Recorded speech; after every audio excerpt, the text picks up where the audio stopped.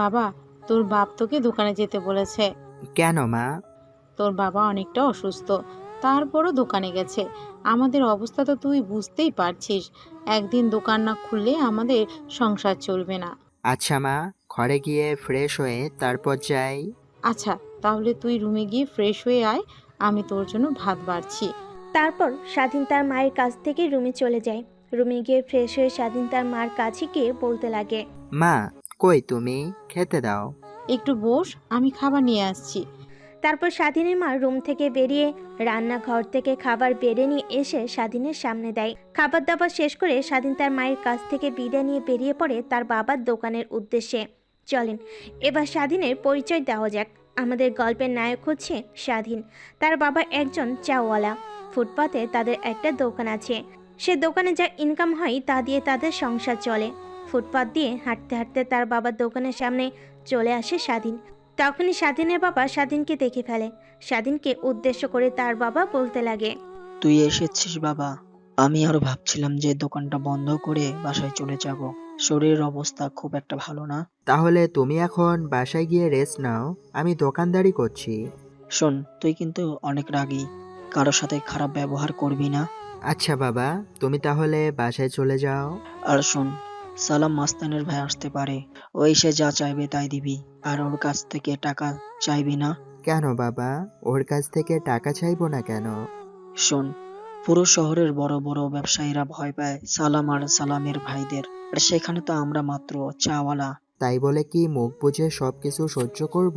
হ্যাঁ, প্রয়োজন হলে তাই করবি। আর ওদের মুখের উপর কথা বললে দেখবি আমার দোকানটাই ভেঙে দিয়ে যাবে। তখন না খেতে পেয়ে মরে যাব। আচ্ছা বাবা, তাদেরকে কিছুই বলবো না আমি। তারপর তার বাবা স্বাধীনকে দোকানটা বুঝিয়ে দিয়ে বাড়ির উদ্দেশ্যে হাঁটতে লাগে। তখন স্বাধীন পকেট থেকে 10 টাকা বের করে তার বাবাকে দেয়। কিসের টাকা এটা? তুমি যে সকালে আমাকে দিয়েছিলে কলেজে যাওয়ার জন্য টাকা, এটা সেই টাকা। আর আমার টাকা লাগেনি, আমার তো শরীর অসুস্থ। তাই তুমি টাকাটা নিয়ে বাড়িতে যাও। আমার লাগবে না, তুই কালকে টাকা নিয়ে কলেজে যাস। কলেজ তো এখান থেকে মাত্র 2 কিলোমিটার দূরে, তো কলেজে হেঁটে যাওয়া যায়। আর আমার হাত খরচ লাগে না, সেটা তো তুমি ভালো করেই জানো। তারপর স্বাধীনের বাবা স্বাধীনের কাছ থেকে 10 টাকা নিয়ে একটা রিক্সা করে বাড়ির উদ্দেশ্যে রওনা হয়। তারপর স্বাধীনকে দোকানদারি করতে লাগে। একটু পর অনেকগুলো গুন্ডা একত্রে তাদের দোকানের দিকে আসতে লাগে। এসে তাদের দোকানের সামনে নেমে তাদের দোকানের বেঞ্চিতে বসে। স্বাধীনকে উদ্দেশ্য করে বলতে লাগে, কিরে ছোট, তোর বাপ কই? ভাই, বাবা একটু অসুস্থ, তাই বাসায় চলে গেছে। শালার পুরো এক পাক কবরে গেছে দোকানদারি কইরে খায়। তোর মতো একটা দামড়া ছেলে থাকতে বুড়ো বাপ রেদে কেন দোকানদারি করায় খাস? সালামের ছোট ভাইয়ের কথাগুলো শুনে মুহূর্তে রেগে যায় স্বাধীন। পরক্ষণে নিজেকে সামলে নিয়ে দোকানে বসে থাকে। একটু পর সালামের ছোট ভাই স্বাধীনকে উদ্দেশ্য করেই বলতে লাগে, কিরে, তা ভালো চা বানাতে পারিস তো নাকি? হ্যাঁ ভাই, বানাতে পারি। তা 25টা চা বানা। তারপর স্বাধীন ভদ্র ছেলের মতো 25টা চা বানিয়ে সালামের ছোট ভাইয়ের পাশে থাকার প্রত্যেকটা ছেলেকে চা দেয়। সকলকে চা দিয়ে স্বাধীন দোকানের ভিতর এসে চেয়ারে বসতেই ওই পাশ থেকে সালামের ছোট ভাই তার ছেলেগুলোকে উদ্দেশ্য করে বলতে লাগে। কিরে, তোরা আর কিছু খাবি? না ভাই, চলেন। তারপর সালামের ছোট ভাই সেখান থেকে উঠে চলে যেতে যাবে। তখনই স্বাধীন পিছন থেকে সালামের ছোট ভাইকে বলতে লাগে, ভাইয়া, এতগুলো চা খেলেন, দামটা দিলেন না যে? চার দাম নিবি তাই না? হ্যাঁ, তাহলে এই দোকানের বাইরে আয়, টাকা নিয়ে যা। তারপর স্বাধীন দোকান থেকে বেরিয়ে সালামের ছোট ভাইয়ের কাছে গিয়ে টাকা নিতে যাবে। তখনই সালামের ছোট ভাই ঠাস ঠাস করে স্বাধীনের গালে থাপ্পড় লাগিয়ে দেয়। আর তখনই রেগে গিয়ে সালামের ছোট ভাই স্বাধীনকে উদ্দেশ্য করে বলতে লাগে, তোর সাহস কী করে হয় আমার কাছ থেকে টাকা চাওয়ার? এতে তোর সৌভাগ্য যে আমরা তোর বাবার দোকান থেকে চা খাই। জানিস কত বড় বড় রেস্টুরেন্টের মালিকরা বলে আমার এখানে খান ফ্রি, কিন্তু তোর বাবার হাতের চা এক অন্যরকম স্বাদ আছে, তার কারণে এখানে চলে আসি। আর তুই কিনা আমাদের কাছ থেকে টাকা চাচ্ছিস? কথাটা বলে সেখান থেকে চলে যায় সালামের ছোট ভাই। হঠাৎ থাপ্পড় খেয়ে স্বাধীন মাটিতে পড়ে যায়। তারপর সেখান থেকে সালামের ছোট ভাই চলে যেতেই স্বাধীন উঠে নিজের শরীর মুছে দোকানের ভিতর গিয়ে দোকানদারি করতে লাগে। সন্ধ্যার দিকে দোকান বন্ধ করে ঘরের উদ্দেশ্যে রওনা হয় স্বাধীন। বাড়ির দিকে দরজাতে নক দেয়। তার মা দরজা খুলে দেয়। স্বাধীনকে মনমরা দেখে তার মা স্বাধীনকে জিজ্ঞেস করে, কি হয়েছে বাবা, তোকে এরকম দেখাচ্ছে কেন? পাশে তার বাবা বসেছিল। স্বাধীনের মুখের দিকে তাকিয়ে দেখে 5 আঙ্গুলের দাগ বসে আছে। তখনই স্বাধীনের বাবা স্বাধীনকে উদ্দেশ্য করে বলতে লাগে, তোকে বারবার মানা করেছিলাম যে সালামের ছোট ভাইয়ের কাছ থেকে টাকা নিবি না, কিন্তু টাকা চেয়েছিলি আর টাকা দেয় নাই, আর তোকে থাপ্পড় দিয়েছে, তাই তো? স্বাধীনের মুখের দিকে তাকিয়ে তার বাবা বুঝে যায় যে তার সাথে কি হয়েছে। তারপর স্বাধীনকে উদ্দেশ্য করে বলে ওঠে কথাগুলো। বাবার মুখ থেকে এরকম কথা শুনে মুহূর্তে বোকা বনে যায় স্বাধীন। নিজেকে সামলে নিয়ে বাবাকে উদ্দেশ্য করে বলতে থাকে, না বাবা, তেমন কিছুই হয়নি। সেখানে আর না দাঁড়িয়ে থেকে স্বাধীন তার রুমে চলে যায়। রুমে গিয়ে সোজা ওয়াশরুমে চলে যায়। ওয়াশরুম থেকে বেরিয়ে খাটে শুয়ে একটু রেস্ট নেয়। কিছুক্ষণ পর স্বাধীনের মা রুমে প্রবেশ করে। স্বাধীনকে উদ্দেশ্য করে বলতে লাগে, শোন বাবা, রাগ করে কি করবি বল? আমাদের জীবন এরকম, আর রাগ করে লাভ নাই। চল নিচে গিয়ে ভাত খেয়ে নে। তারপর স্বাধীন মায়ের সাথে নিচে চলে যায়। নিচে গিয়ে তার বাবার সাথে বসে খাবে খেয়ে সোজা তার রুমে চলে যায়। রুমে গিয়ে একটু পড়াশোনা করে আবার ঘুমিয়ে পড়ে। পরের দিন সকালবেলা স্বাধীনের ঘুম ভাঙে আজানের শব্দে। ঘুম থেকে উঠে অজু করে মসজিদে গিয়ে নামাজ পড়ে। ব্যস্ত শহরটাতে একটু হাঁটতে লাগে। হাঁটাহাঁটি শেষ করে বাসে এসে ফ্রেশ হয়ে কলেজে যাওয়ার জন্য রেডি হতে লাগে। তখনই তার মা পিছন থেকে স্বাধীনকে উদ্দেশ্য করে বলতে লাগে, শোন বাবা, আজকে তোর কলেজে যেতে হবে না। কেন মা, কলেজে যাব না কেন? তোর বাবার শরীরটা আজকে অনেক খারাপ, আর বাসাতেও তেমন খাবার নেই। কালকে যা দোকান থেকে এনেছিলি সব টাকা ওষুধ কিনে নিয়ে এসেছে তোর বাবা। সকালের জন্য ভাত হবে, কিন্তু দুপুরে কি খাবো তার ঠিক নেই। তুই দোকানে চলে যা, বিকালে আসার সময় চাল ডাল কিনে নিয়ে আসিস। আচ্ছা মা। তারপর স্বাধীন তার কলেজের পোশাক চেঞ্জ করে আরেকটি পোশাক পরে নেয়। তারপর নিচে গিয়ে খাবার খেয়ে বাবার চায়ের দোকানের উদ্দেশ্যে রওনা হয়। দোকানে গিয়েই দোকান খুলে বসে রয়েছে স্বাধীন। তখনই তার এক কলেজের বান্ধবী গাড়ি নিয়ে তাদের দোকানের সামনে দিয়ে যেতে লাগে। অমনি স্বাধীনকে দেখে ফেলে। ড্রাইভারকে গাড়ি দাঁড় করাতে বলে ড্রাইভার গাড়ি দাঁড় করায়। তারপর তার কাছে থাকা মোবাইল ফোন দিয়ে স্বাধীনকে সহ দোকানের একটা ছবি তুলে নেয়। অন্যদিকে স্বাধীন মন দিয়ে দোকানদারি করতে লাগে। বিকেলের দিকে আবার সেই সালামের ছোট ভাই আর তার পোলাপা নিয়ে দোকানে চলে আসে। তারপর স্বাধীনকে উদ্দেশ্য করে বলতে লাগে, কিরে, আজকেও তুই? তোর বাবা কই? আসলে ভাই, আমার বাবা অনেক অসুস্থ, তাই দোকানে আসতে পারছে না, তাই আমি চলে এসেছি। তুই তাহলে একটা কাজ কর, আমাদের দলে যোগ দে। প্রত্যেকদিন অনেক টাকা করে পাবি, আর তোর বাবার ভালো চিকিৎসা করতে পারবি। ধন্যবাদ ভাইয়া বলার জন্য, কিন্তু আমি হালাল রোজগার করে খেতে চাই। স্বাধীনের মুখ থেকে এরকম কথা শুনে রেগে যায় সালামের ছোট ভাই।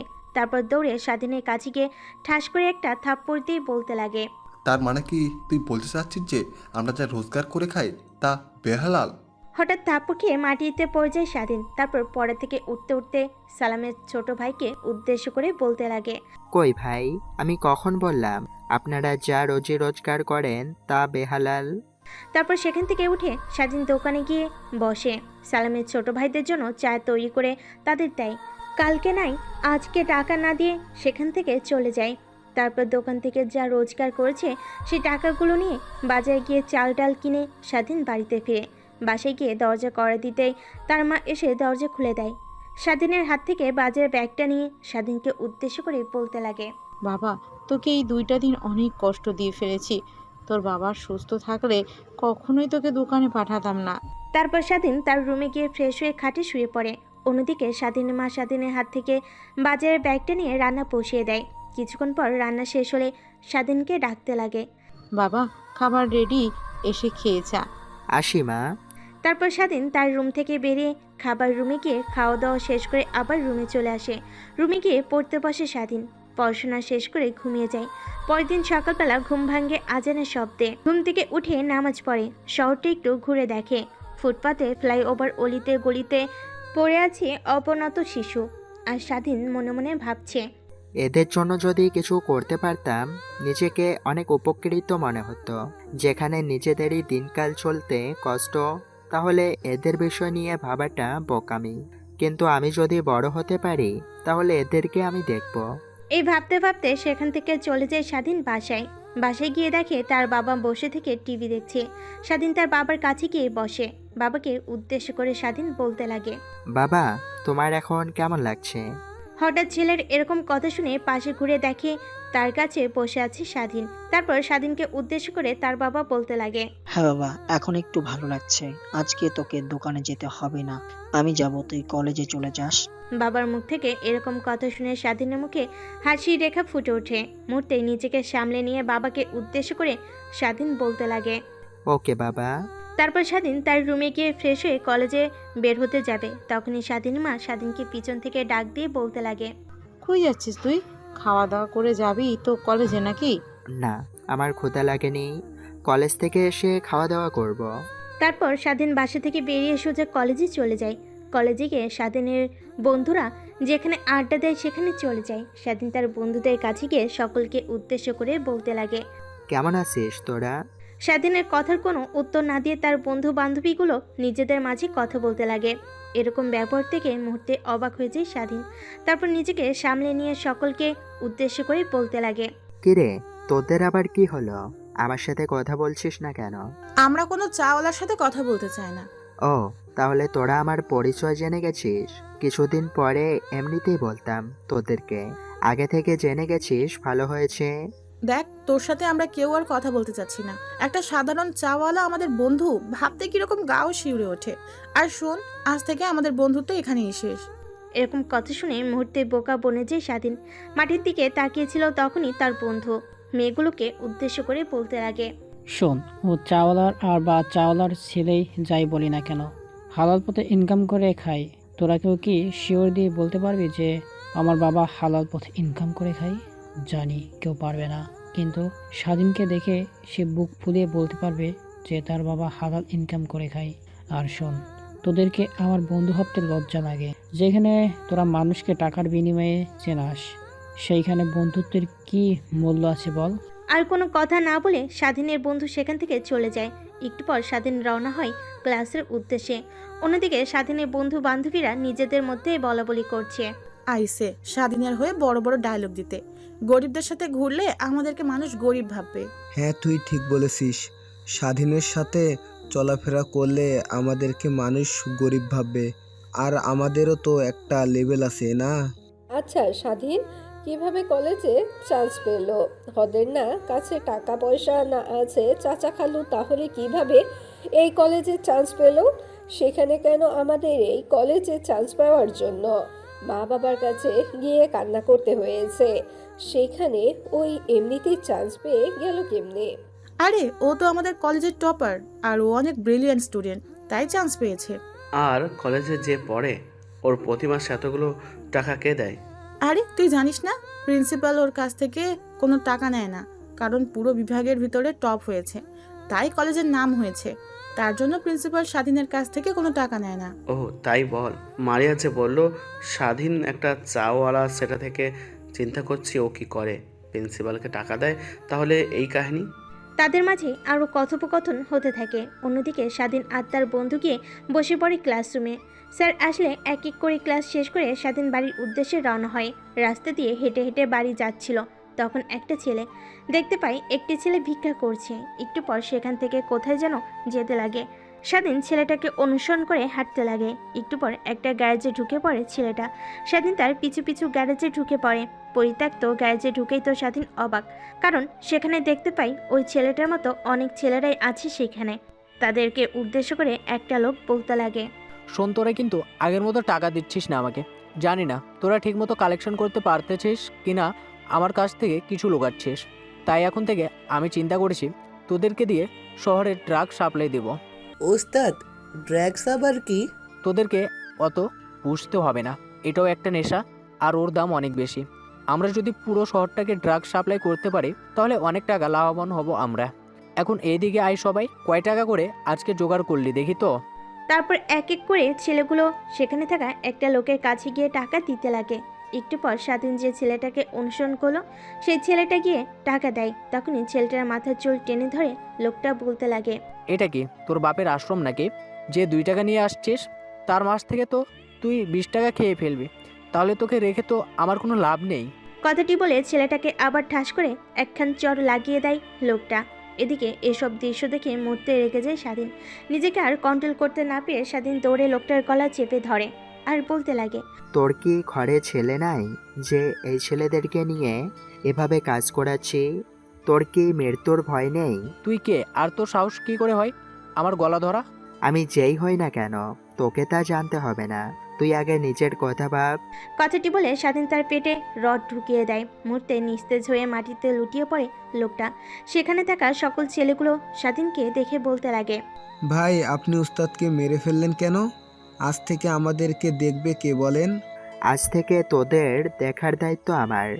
আর হ্যাঁ, একে যে আমি মেরেছি তোরা কাউকে বলবি না। আর এর লাশটাকে গ্যারেজের পিছনে পুঁতে রেখে দে। তারপর স্বাধীনের কথা অনুযায়ী ছেলেগুলো লোকটাকে তুলে নিয়ে গিয়ে গ্যারেজের পিছনে মাটিতে পুঁতে দিয়ে আসে। তারপর ছেলেগুলো স্বাধীনকে উদ্দেশ্য করে বলতে লাগে, ভাই আপনি কে? এর আগে তো কখনো এখানে দেখিনি আপনাকে। আর হঠাৎ করে মেরে ফেললেন কেন আমাদের বসকে? শোন, তোদের বসকে মেরে ফেলেছি কারণ তোদের বস তোদের উপর নির্যাতন করত। আমি তা সহ্য করতে না পেরে তোদের বসকে মেরে ফেলেছি। আর তোরা আজ থেকে অনাথ আশ্রমে থাকবি।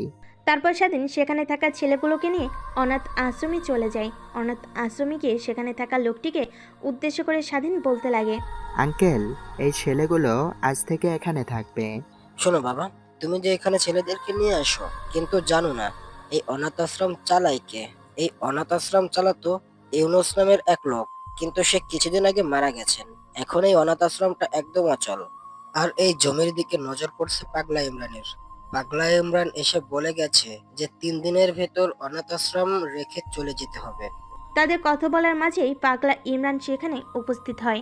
তারপর পাগলা ইমরান অনাথ আশ্রমের বৃদ্ধ লোকটাকে উদ্দেশ্য করে বলতে লাগে, শোন, অনেক সময় দিয়েছি, আর না, তুই এখনই এই অনাথ আশ্রম ছেড়ে যাবি, আর আমি এখানে আমার স্বপ্নের শপিং মল বানাবো। পাগলা ইমরান কথা বলা শেষ করতে না করতে স্বাধীন দৌড়ে গিয়ে তার কলার চেপে ধরে। কিছু মুহূর্তে সেইখানে শুনশান নীরবতা পালন করে। একটু পর পাগলা ইমরান স্বাধীনকে উদ্দেশ্য করে বলতে লাগে, তুই আমাকে চিনিস না, আমি কে? তুই আমার কলার ধরে একদমই ঠিক করিস নাই। এর শাস্তি তো তোকে পেতেই হবে। চেয়ে থেকে তোরা কি দেখছিস? ছেলেটাকে ধর। কথাটি বলল পাগলা ইমরান তার ছেলেপেলেকে উদ্দেশ্য করে। মুহূর্তে তার ছেলেপেলে আশ্রমে ঢুকে স্বাধীনকে ঘিরে ধরে। এক পর্যায়ে একটা ছেলে হাতে ছুরি নিয়ে স্বাধীনকে আঘাত করতে আসে। তাদের আসতে দেখে স্বাধীন তো এমনি রেগেছিল। ওরা যখন কাছে আসে, স্বাধীন এক এক করে প্রত্যেকটা ছেলেকে মেরে মাটিতে ফেলে দেয়। তারপর স্বাধীন পাগলা ইমরানের কাছে চলে যায়। স্বাধীন পাগলা ইমরানকে উদ্দেশ্য করে বলতে লাগে, কে যেন বলছিলি তুই? তোর পরিচয় তো এখন বল। তোর পরিচয় দেখি, তোর কত সাহস।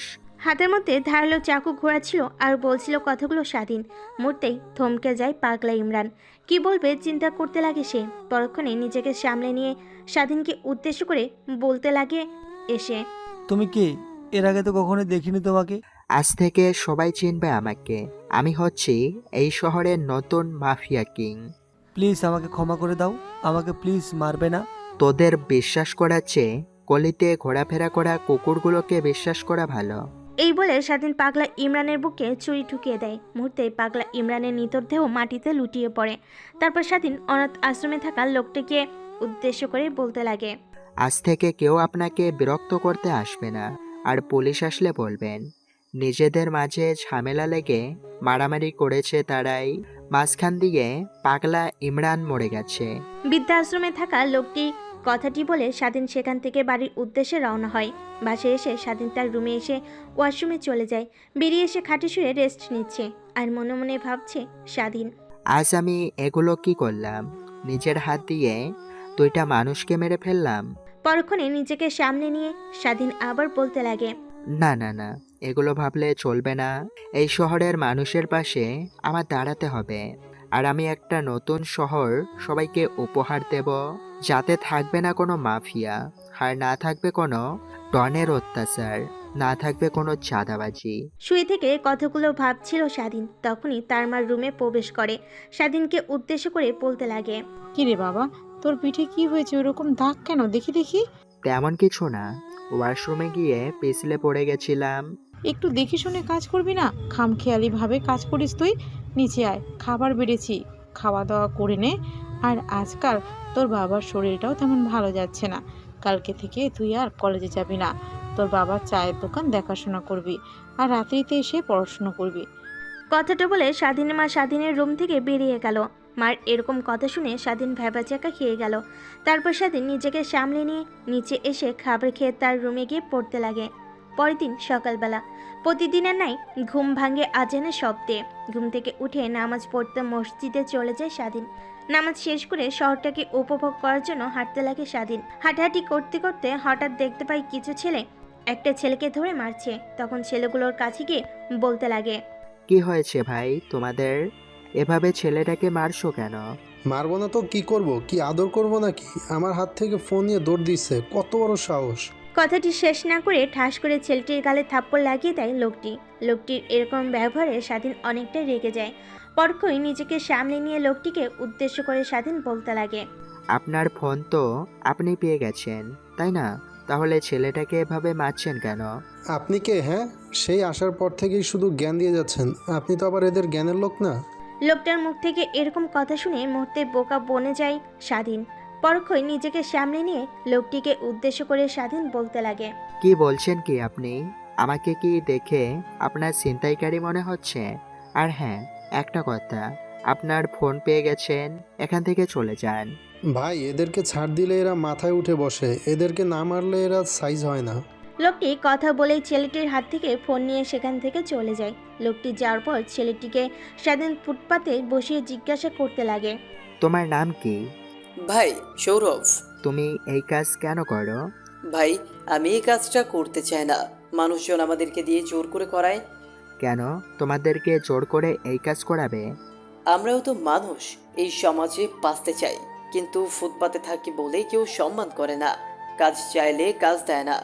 আমাদেরও তো ক্ষুধা লাগে, কি করব বুঝতে না পেরে এই পথ বেছে নিয়েছি। শোনো, তোমাদের আর এই কাজ করতে হবে না। আজ থেকে তুমি আমার সাথে থাকবে। আমরা এই শহরটাকে নতুন করে জাগিয়ে তুলব। এই শহরে যারা অনিয়ম অন্যায় কাজ করে তাদেরকে আমরা শায়েস্তা করব।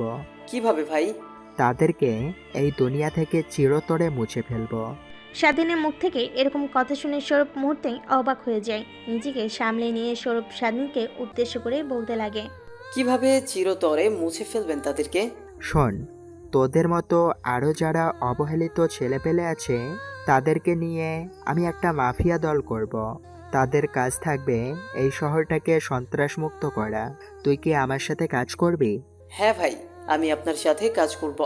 আর শোন, কখনো কাউকে বলবি না যে আমরা মাফিয়া, তাহলে কিন্তু আমাদের ক্ষতি হতে পারে। বুঝতে পেরেছিস? হ্যাঁ ভাই, বুঝতে পেরেছি। তাহলে আমরা কাল থেকে নেমে পড়ি। শোন, আমাদের কাজ হবে রাত্রিতে বের হওয়া। দিনের বেলা আমাদেরকে মানুষ সাধারণ মানুষ হিসেবে চিনবে, কিন্তু রাত হলে আমাদের ভয়ঙ্কর রূপ ধারণ করব। কালকে রাত্রিতে ঠিক এইখানে দেখা করবি তোর সাথে আরও ছেলেপেলেকে নিয়ে। ওকে ভাই। আর আমি দেখছি যে তোদেরকে কোনো কাজ পাইয়ে দিতে পারি কিনা। সৌরভের সাথে স্বাধীন আরও কিছু কথা বলে বাড়ির উদ্দেশ্যে রওনা দেয়। বাড়িতে গিয়ে দরজা কড়া দিতেই তার মা দরজায় এসে খুলে দেয়। তারপর স্বাধীন তার রুমে গিয়ে ফ্রেশ হয়ে খাটে শুয়ে রেস্ট করতে লাগে। তখনই তার মা তাকে উদ্দেশ্য করে বলতে লাগে, কিরে বাবা, দোকানে যাবি না? ভাই থেকে এসে শুয়ে পড়লি যে? অনেক বেলা হয়ে গেছে, এখন দোকান না করলে বিক্রি করতে পারবি না। তারপর স্বাধীন শোয়া থেকে উঠে দোকানের উদ্দেশ্যে বেরিয়ে পড়ে। তারপর স্বাধীন তাদের ফুটপাতে থাকা চায়ের দোকানটিতে গিয়ে কাজ করতে লাগে। এভাবে কেটে যায় দিনটা। বিকালের দিকে স্বাধীনদের চায়ের দোকানে চলে আসে সালামের ছোট ভাই। এসে প্রতিদিনের ন্যায় স্বাধীনকে উদ্দেশ্য করে বলতে লাগে, কিরে, আজকে তোর বাবা দোকানে আসেনি? না ভাই, বাবার শরীরটা দিন দিন কিরকম জানি খারাপের দিকে যাচ্ছে। স্বাধীনের এরকম কথা শুনে একটু মায়া লাগে সালামের ছোট ভাইয়ের। মুহূর্তে নিজেকে সামলে নিয়ে স্বাধীনকে উদ্দেশ্য করে বলতে লাগে, 25টা চাতে একটু চিনি বেশি করে। ভাইয়া দেখেন, এমনিতেই বাবার শরীরটা খুব খারাপ। আমি এসে দোকান চালাই, আপনি যদি প্রতিদিন এইভাবে এসে খেতে থাকেন তাহলে তো দোকান বন্ধ করে দিতে হবে আমাদের। আবার তুই আমার মুখের উপরে কথা বলছিস? তোর সাহস তো কম না? তারপর স্বাধীন আর কিছু না বলে তাদেরকে চা বানিয়ে দেয়। একটু পর তারা সেখান থেকে চলে যায়। অন্যদিকে স্বাধীন ভাবতে থাকে, তোদেরকে দিয়ে আমি শুরু করব। আমার নেক্সট টার্গেট হচ্ছিস তোরা, তারপর তোর ভাই, তারপরে তোর ভাইয়ের উপর যে আছে সে। কথাটি শেষ করে স্বাধীন দোকান বন্ধ করে বাজারে গিয়ে বাসার জন্য কিছু কিনে আবার চলে যায়। বাসে গিয়ে দরজা কড়া নাড়তে তার মা এসে দরজা খুলে স্বাধীনের হাত থেকে বাজারের ব্যাগটি নিয়ে স্বাধীনকে উদ্দেশ্য করে বলতে লাগে, স্বাধীনের মা, বাবা শোন, রুমে গিয়ে ফ্রেশ হয়ে আয়, আমি খাবার বেড়ে দিচ্ছি। তারপর স্বাধীন তার রুমে গিয়ে ফ্রেশ হয়ে নিচে এসে খাবার খেয়ে তার রুমে গিয়ে দরজা লাগিয়ে তার রুমে থাকা জানালা দিয়ে বাইরে চলে আসে। তারপর সেখান থেকে সেই ছেলেগুলোর সাথে দেখা করার জন্য ফুটপাতে চলে যায়। স্বাধীন গিয়ে দেখে ফুটপাতে ওই ছেলেটি ছাড়া আরও অনেক ছেলে সেখানে দাঁড়িয়ে আছে। তারপর স্বাধীন তাদের কাছে যেতেই সেখানে থাকা ওই দিনের সৌরভ নামের ছেলেটি স্বাধীনকে উদ্দেশ্য করে বলতে লাগে, ভাই, আপনি বলেছিলেন যে আমার বন্ধুদেরকে আনতে, এই যে আমার বন্ধুরা। তারপর সেখানে থাকা ছেলেগুলো এক এক করে স্বাধীনের সাথে পরিচয় হতে লাগে। পরিচয় পর্ব সেরে স্বাধীন ছেলেগুলোকে উদ্দেশ্য করে বলতে লাগে, অনেক তোরা, আজ থেকে আমরা একটা মাফিয়া, কেউ পিছু ফিরবো না, বিপদ দেখেও সামনের দিকে এগিয়ে যাব। আর এই শহরে যারা অন্যায় অবিচার করে তাদের জন্যই আমরা তৈরি হয়েছি, তাদেরকে মৃত্যু দেব। আর শোন একটা কথা, আজকে থেকে আমাদের মিশন শুরু হবে। তারপর স্বাধীন ছেলেগুলোকে নিয়ে সালামের ছোট ভাইয়ের আড্ডায় চলে যায়। সালামের ছোট ভাই যেখানে আড্ডা দেয় পুরো শহরের সবাই জানে ওইখানে থাকে, তাই সালামের ভাইয়ের আড্ডার স্থান থেকে 100 গজ দূরতে মানুষ চলাফেরা করে। তারপর স্বাধীন আর তার ছেলে পেলে চলে যায় সালামের ছোট ভাইয়ের আড্ডায়। একটু পর স্বাধীন তাদের আড্ডা দেওয়ার রুমে প্রবেশ করে। দেখতে পায় পাগলা সালামের লোকেরা একটা মেয়েকে তুলে এনে রেপ করছে। হঠাৎ স্বাধীনকে দেখে চমকে ওঠে তারা। মুহূর্তে নিজেদেরকে সামলে নিয়ে স্বাধীনকে উদ্দেশ্য করে পাগলা সালামের ছোট ভাই বলতে লাগে, কিরে, তোর সাহস কি করে হয় আমাদের এখানে আসার? যেখানে তোর থেকে বড় বড় মাপের লোকেরা এখানে আসতে ভয় করে, সেখানে একটা সামান্য চাওলার ছেলে এখানে এসেছে, তোর সাহস তো কম না? কথাটি বলে স্বাধীনকে মারতে আসে পাগলা সালামের ছোট ভাই। এদিকে তার ছেলেপিলেগুলো নেশা করে অবচেতন অবস্থায় শুয়ে আছে। হঠাৎ স্বাধীনের পিছন থেকে অনেকগুলো ছেলে বের হয়ে এসে পাগলা সালামের ভাইয়ের উপর আক্রমণ করে। অন্যদিকে সালামের ছোট ভাই তার পোলাপানকে উদ্দেশ্য করে বলতে লাগে, কিরে কই তোরা, শালাদেরকে ধর। সালামের ছোট ভাই পিছনে তাকিয়ে দেখে সব ছেলেগুলো অবচেতন অবস্থায় মদ খেয়ে পড়ে আছে। সামনে তাকাতে এক এক করে প্রত্যেকটা ছেলে এসে তাকে মারতে লাগে। এক পর্যায়ে মারতে মারতে তাকে মেরে ফেলে। তারপর এক এক করে স্বাধীনের পোলাপান সবাইকে মেরে ফেলে। তারপর তাদেরকে একত্র করে দড়ি দিয়ে বেঁধে স্বাধীন মাটিতে লিখে দিয়ে আসে। সমাজের বুকে জন্ম নিয়েছে নতুন এক মাফিয়া দল, যাদেরকে দমানো সহজ না। আর যারা এই শহরে অন্যায় অবিচার করবে তাদেরকেই আমরা এইভাবে শেষ করে দেব। তারপর স্বাধীন আর তার ছেলেপিলে সেখান থেকে চলে যায়। তারপর তারা ফুটপাতে গিয়ে বসে একটু রেস্ট নিয়ে যে যার বাড়িতে চলে যায়। তারপর স্বাধীন সকালে ঘুম থেকে উঠে নামাজ পড়ে বাড়িতে একটু হাঁটাহাঁটি করে বাসে ফিরে আসে। বাসে এসে দেখে তার বাবা এক দৃষ্টিতে টিভিতে কি যেন দেখছে। স্বাধীন এসে তার বাবার পাশে বসে থেকে টিভি দেখতে লাগে। হঠাৎ করে টিভিতে খবর আসে, শহরের বিশিষ্ট ব্যবসায়ী সালাম শিকদারের ছোট ভাই ইরান শিকদার গতকালকে কোনো এক দল এসে যেন আক্রমণ করে আর তাদেরকে সকলকেই মেরে ফেলে। স্বাধীনের বাবা এরকম খবর শুনে একটু মুচকি হেসে স্বাধীনকে উদ্দেশ্য করে বলতে লাগে, আজ থেকে শান্তিমতো দোকানদারি করতে পারবো। প্রত্যেক দিনের জ্বালায় অতিষ্ঠ হয়ে গেছি। জানি না কারা এদেরকে মেরেছে, তাদেরকে অনেক অনেক ধন্যবাদ। বাবার মুখ থেকে এরকম কথা শুনে মুচকি হাসে স্বাধীন। তারপর স্বাধীনের বাবা স্বাধীনের দিকে তাকিয়ে স্বাধীনকে উদ্দেশ্য করে বলতে লাগে, আজ থেকে তোকে আর দোকানে যেতে হবে না। আল্লাহর রহমতে অনেকটা সুস্থ হয়ে গেছি আমি। আজ থেকে তুই তাহলে কলেজে যা। তারপর স্বাধীনের মা পিছন থেকে স্বাধীনকে স্বাধীনের বাবাকে উদ্দেশ্য করে বলতে লাগে, তোমরা আসো, খাবার রেডি করছি। তারপর খাবার খেয়ে তার রুমে গিয়ে গোসল করে বেরিয়ে পড়ে কলেজের উদ্দেশ্যে। এদিকে স্বাধীনের সাথে তার আগের বন্ধুরা আর কথা বলে না, শুধুমাত্র শরীফুল বাদে। তারপর স্বাধীন কলেজে গিয়ে তার রুমে প্রবেশ করে। একটু পর শরীফুল তার কাছে এসে বলতে লাগে, আজ স্বাধীনকে উদ্দেশ্য করে বলতে লাগে শরীফুল, তোর কি হয়েছে, এরকম গোমরা মুখ করে আছিস কেন? তুই কি ওদের জন্য মন খারাপ করেছিস যেখানে তোকে মূল্যায়ন করতে জানে না? না, তেমন কিছু না। আসলে আজকে আসতে দেখলাম ফুটপাত দিয়ে অনেক ছেলে না খেতে পেয়ে অন্যায়ের পথ বেছে নিচ্ছে। এগুলা দেখে আবার নিজের মধ্যে কিরকম জানি ফিল হতে লাগে। তোদের মতো অত যদি আমার কাছে টাকা থাকতো তাহলে এদের পাশে দাঁড়াতাম। এরকম কথা শুনে স্বাধীনকে উদ্দেশ্য করে শরীফুল বলতে লাগে, আমার বাবা নতুন একটা কোম্পানি খুলেছে যেখানে বেশ কিছু ওয়ার্কার লাগবে। তাহলে কালকে তুই ছেলেগুলোকে নিয়ে আমার বাবার কোম্পানিতে চলে যাস। আর এই নে কার্ড, আমার নাম বলবি, তাহলেই বাবা সব বুঝতে পারবে। তারপর স্বাধীন শরীফুলের কাছ থেকে কার্ডটি নিয়ে নেয়। শরীফুলকে ধন্যবাদ দিয়ে আরও কিছু কথা বলল। ক্লাসরুমে স্যার চলে আসে।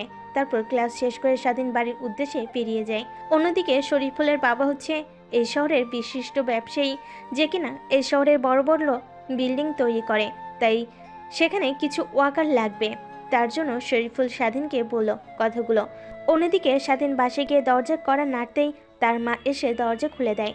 স্বাধীনকে দেখে তার মা বলতে লাগে, শোন বাবা, একটু তাড়াতাড়ি ফ্রেশ হয়ে নিচে আয়, খাবার খেয়ে তোর বাবার জন্য খাবার নিয়ে যা। তারপর স্বাধীন তার রুমে গিয়ে ঝটপট ফ্রেশ হয়ে নিচে এসে খাবার খেয়ে তার বাবার জন্য খাবার নিয়ে দোকানের উদ্দেশ্যে রওনা হয়।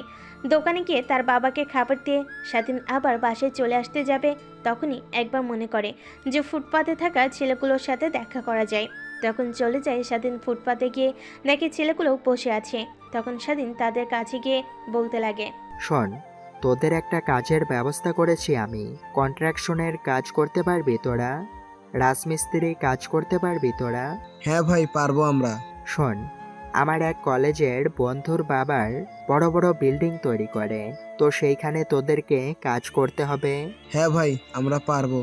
তারপর স্বাধীন ছেলেগুলোর সাথে আরও কিছু কথা বলে বেরিয়ে পড়ে বাসার উদ্দেশ্যে। বাসে গিয়ে দরজা কড়া নাড়তেই মা এসে দরজা খুলে দেয়। তখনই স্বাধীনের মা স্বাধীনকে উদ্দেশ্য করে বলতে লাগে, কি রে বাবা, তোর আসতে এত দেরি হলো কেন? না মা, এমনি একটু বাইরে থেকে ঘুরলাম। তারপর স্বাধীন তার মায়ের সাথে আরও কিছু কথা বলে তার রুমে গিয়ে পড়তে বসে।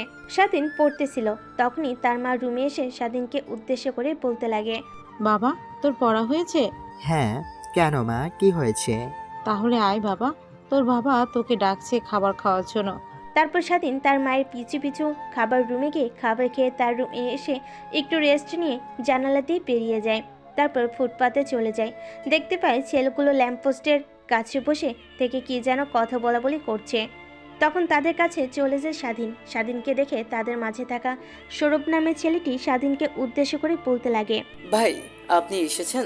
আমরা আরও আপনাকে নিয়ে আলোচনা করছি। আজকে এই যে ছেলে ডিজেরাপির ছেলেপেলেকে মারে, কারণ এর অপরাধটা ছিল তাদের সাথে বসে চা খাওয়া। সৌরভের মুখ থেকে এমন কথা শুনে মুহূর্তে রেগে যায় স্বাধীন। নিজেকে সামলে নিয়ে স্বাধীন ছেলেগুলোকে উদ্দেশ্য করে বলতে লাগে, তাহলে আমাদের পরবর্তী মিশন হচ্ছে ডিজে রাপ্পি। তারপর তারা বেরিয়ে যায় ডিজে রাপির আস্থানা খুঁজতে। উদ্দেশ্য চারিদিকে খোঁজাখুঁজি করার পর ডিজে রাপির আস্থানা খুঁজে পায় তারা। তারপর সবাই একত্র হয়ে ডিজে রাপির আস্থানায় প্রবেশ করে। এতগুলো ছেলেকে এখানে দেখে মুহূর্তেই অবাক বনে যায় ডিজে রাপি। নিজেকে সামলে নিয়ে ডিজে রাপি বলতে লাগে, তোরা কি এখানে কেন এসেছিস? তোরা? আমি তোর বাপ। তোর এত বড় সাহস, আমার সামনে আমাকে নিয়ে বেয়াদবি করছিস? চিনিস আমি কে, কি করতে পারি তোর? ডিজে রাপির কথাগুলো শুনে স্বাধীন হাহা করে হাসতে লাগে। স্বাধীনের হাসা দেখে মুহূর্তেই অবাক বনে যায় ডিজে রাপি। তারপর ডিজে রাপি তার ছেলেপিলাকে উদ্দেশ্য করে বলতে লাগে, তোরা দাঁড়িয়ে থেকে দেখছিস কি? সালাদের ধর, মার। তারপর ডিজে রাপির ছেলেপিলে আসে স্বাধীন আর স্বাধীনের ছেলেপিলেকে মারার উদ্দেশ্যে। তারপর এক এক করে স্বাধীন মারতে লাগে প্রত্যেকটা ছেলেকে, সাথে সাহায্য করে তার ছেলেপিলে। মুহূর্তেই 50 জনের বেশি মাটিতে লুটিয়ে পড়ে। শুধুমাত্র দাঁড়িয়ে আছে রাপি। তার কাছে গিয়ে স্বাধীন বলতে লাগে, কি যেন বলেছিলি তুই, আবার বলতো। তোমরা কি? আমি তো তোমাদের চিনতে পারিনি, তাই ভুল করে ফেলেছি। প্লিজ আমাকে ক্ষমা করে দাও। আমার কাছ থেকে এ পর্যন্ত কেউ ক্ষমা পায়নি, তুইও পাবি না। আমি আর এই পথে কখনোই আসবো না ফিরে। প্লিজ আমাকে একটা বারের জন্য যেতে দিন। তোকে ছেড়ে দিলে তুই করবি কি?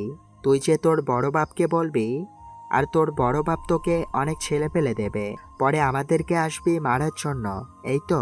শোন, এখন তোর সামনে যদি 1000 জন আসে তাও বাঁচতে পারবি না তুই। কথাটি বলে রাপির কাছে গিয়ে পেটের ভিতর ছুরি ঢুকিয়ে দেয়। মুহূর্তে নিথর দেহ মাটিতে লুটিয়ে পড়ে। তারপর রাপি আর ছেলেপেলেকে একত্র করে বেঁধে মাটিতে লিখে দিয়ে আসে স্বাধীন। ঠিক সকলকে এই অবস্থায় করব আমি। এক এক করে শহরের সকল গ্যাংস্টার মাফিয়াদের শেষ করে দেব। আর হ্যাঁ, একটা কথা, আমাদের খোঁজ কখনোই বের করতে পারবি না তোরা। তারপর গোডাউনে থাকা সকল ড্রাগস পুড়িয়ে দেয় স্বাধীন ও তার ছেলেপিলে। আর গোডাউনে থাকা অস্ত্রগুলো তারা তাদের আড্ডার স্থানে নিয়ে যায়। তারপর চিন্তা করতে লাগে এগুলো কোথায় রাখবে। তখনই সৌরভ বলে, ভাই, রেল লাইনের পেছনে পরিত্যক্ত একটা গোডাউন আছে, সেখানে কেউ যায় না, একদম জঙ্গলের মাঝখানে। আমরা সেখানেই রাখতে পারি এই অস্ত্রগুলো। আর আমাদের দিন দিন শত্রু বাড়ছে, আমাদের অস্ত্র লাগবে এরপর থেকে। হ্যাঁ, তুই ঠিক বলেছিস। আর আমরা এরপর থেকে যখন মিশনে যাব তখন মুখে মাস্ক লাগিয়ে যাব, সাথে কেউ বেঁচে থাকলেও আমাদেরকে চিনতে না পারে। স্বাধীনের কথা সকলেই সায় জানায়। তারপর সেখান থেকে অস্ত্রগুলো নিয়ে তাদের নতুন গোডাউন ঘরে রেখে আসে। তারপর সেখান থেকে বেরিয়ে যে যার বাড়িতে চলে যায়। পরদিন সকালবেলা স্বাধীনের ঘুম ভাঙে আজানের শব্দে। নামাজ পড়ে পুরো শহরটাতে ঘুরে দেখছিল স্বাধীন। হঠাৎ করে একটা মেয়ের সাথে ধাক্কা লাগে স্বাধীনের। ফর্ক হয়ে মেয়েটি এসে স্বাধীনের গালে ঠাস ঠাস করে থাপ্পড় লাগিয়ে দেয় আর বলতে লাগে, তোর ঘরে কি মা বোন নেই? এভাবে ধাক্কা দিলি কেন তুই? সরি, আমি দেখতে পাইনি। তার দেখতে পাবি কিভাবে? কানা হলে তো আর দেখতে পারবি না তুই, তাই না? আমি তো বললাম দেখতে পাইনি, তারপরেও এত কথা বলছেন কেন? এমন কথা শুনে আবার স্বাধীনের গালে ঠাস ঠাস করে থাপ্পড় মেরে দেয় মারিয়া। হঠাৎ থাপ্পড়ে স্বাধীন ভ্যাবাচাকা খেয়ে যায়। আরেকটা থাপ্পড় দিতে যাবে তখনই স্বাধীন মারিয়ার হাত ধরে ফেলে আর মারিয়াকে উদ্দেশ্য করে বলতে লাগে, এতক্ষণ মুখ বুজে সহ্য করছিলাম, আর না, আমি তো বললাম ভুল করে হয়ে গেছে। তোর এত বড় সাহস? আমার হাত ধরিস? চিনিস আমি কে? আপনি যেই হন না কেন, আপনি একজন মানুষ, এটাই আপনার আসল পরিচয়। মেয়েটার সাথে কথা বলছিল তখনই দেখতে পায় স্বাধীন কিছুটা দূর থেকে একটা লোক তাকে কি যেন বলছে। স্বাধীন লোকটার ইশারা বুঝতে না পেরে সেখানে স্থির হয়ে দাঁড়িয়ে আছে। কি রে, কথা বলছিস না কেন? আমার পরিচয় জানিস? না। আমার বাবা হলো এই শহরের নতুন এসআই, আর তুই আমার সাথে বেয়াদবি করছিস। এর ফল কি হবে তুই জানিস তো? মেয়েটার সাথে কথা বলতে বলতে লোকটি স্বাধীনের কাছে চলে আসে। তারপর মেয়েটিকে উদ্দেশ্য করে লোকটি বলতে লাগে, তোকে বললাম একটু ওয়েট কর, আর আমাকে রেখে চলে আসলি। লোকটির কথা বলার ধরন থেকে বুঝতে পারলো যে এটা মেয়েটির বাবা, আর তখন স্বাধীনকে না মেয়েটিকে ইশারা দিয়েছে। দেখো না বাবা, এই ছেলেটা আমাকে ধাক্কা দিয়ে আবার আমার উপরে গলাবাজি করছে। আসলে আঙ্কেল, আমি খেয়াল করিনি সেরকম, হঠাৎ করে ধাক্কা লেগে গেছে। আমি সরি বলেছি, তারপরেও আমাকে অনেকগুলো থাপ্পড় মেরেছে। তুমি যাও বাবা, আর আমার মেয়ের হয়ে আমি ছড়ি। না আঙ্কেল, সরি বলার কি আছে, ওকে। কথা বলে সেখান থেকে স্বাধীন গট গট করে চলে যেতে লাগে। তখনই মারিয়া তার বাবার দিকে তাকিয়ে তার বাবাকে উদ্দেশ্য করে বলতে লাগে, বাবা, তুমি ছেলেটাকে সরি বললে কেন? ভুলটা তো ওর ছিল। শোন, আমি মানুষ দেখলে বুঝতে পারি যে কে কি রকম, আর ছেলেটাকে দেখে মনে হয়েছে ছেলেটা একদম নির্বোধ। ভুলটা তোর। আর দেখলি না ছেলেটার ফেসটাতে কিরকম যেন মায়া জন্মেছিল। তারপর মারিয়া মনে মনে ভাবতে লাগে, তাহলে কি ভুলটা আমারই ছিল? খামোখা তাকে মারলাম, আমার কাছে ধাক্কা দিয়েছিল, এটা তো ভুল না। হয়তো না বুঝে কিংবা না দেখে, কিন্তু সামনের দিকে তাকিয়ে তো আসছিল। বোধহয় মনে মনে কোনো কিছু চিন্তা করছিল। এই কথাগুলো ভাবছে আর আনমনে হাঁটতে লাগে। হঠাৎ করে মারিয়া একটা ছেলের সাথে ধাক্কা খায়। ছেলেটার দিকে তাকিয়ে মারিয়া বলতে লাগে, সরি সরি ভাইয়া, আমি আসলে বুঝতে পারিনি। It's okay. মারিয়ার আর বোঝার বাকি রইল না যে ছেলেটা কোনো কিছু চিন্তা করছিল আর হঠাৎ করে ধাক্কা লাগে আমার সাথে। তখন পাশ থেকে মারিয়ার বাবা মারিয়াকে উদ্দেশ্য করে বলতে লাগে, তুই যে এখন ছেলেটাকে ধাক্কা দিলি, তাহলে কি তোর না ছেলেটার দোষ? তারপর মারিয়ার বাবা জগিং শেষ করে তাদের বাসের উদ্দেশ্যে রওনা হয়। বাসায় গিয়ে ক্লান্ত শরীর নিয়ে মারিয়া আর মারিয়ার বাবা বসার রুমে বসে পড়ে। তখনই মারিয়া তার মাকে উদ্দেশ্য করে বলতে লাগে, মা, 2 কাপ কফি দিও তো আমাদের। তোরা একটু ওয়েট কর, আমি বানিয়ে নিয়ে আসছি। তারপর মারিয়া আর তার বাবা বসে থেকে টিভিতে খবর দেখছিল। হঠাৎ করে একটা খবরে চোখ আটকে যায় মারিয়া আর মারিয়ার বাবার। খবরটা ছিল এইরকম, শহরের নামকরা ডন ডিজে রাব্বিকে কে বা কারা যেন তার দলবল সহ তাকে খুন করে রেখে গেছে আর মাটিতে মেসেজ দিয়ে গেছে শহরে যারা খারাপ কাজ অন্যায়ের সাথে জড়িত তাদেরকে শুধরানোর জন্য, না হলে এর মতো সবার অবস্থা হবে। এই কথাগুলোই বলেছে মাফিয়া গ্রুপ। মারিয়ার বাবা এরকম খবর পেয়ে চমকে যান। তখনই তার ফোনে একটা ফোন আসে। স্যার, কই আপনি? খবরে তো নিশ্চয়ই শুনেছেন আজকের ব্যাপারটা। উপর মহল থেকে স্যার আসছে, আপনি জলদি চলে আসুন পুলিশ স্টেশনে। ফোনটা রেখে দীর্ঘ একটা নিঃশ্বাস ছাড়ে মারিয়ার বাবা। তখন মারিয়া তার বাবার দিকে তাকিয়ে বলতে লাগে, কই যাবে তুমি এখন? খবরে তো দেখতেই পেলি, তোকে আর নতুন করে কি বলবো, এখন যেতে হবে আমাকে সেখানে।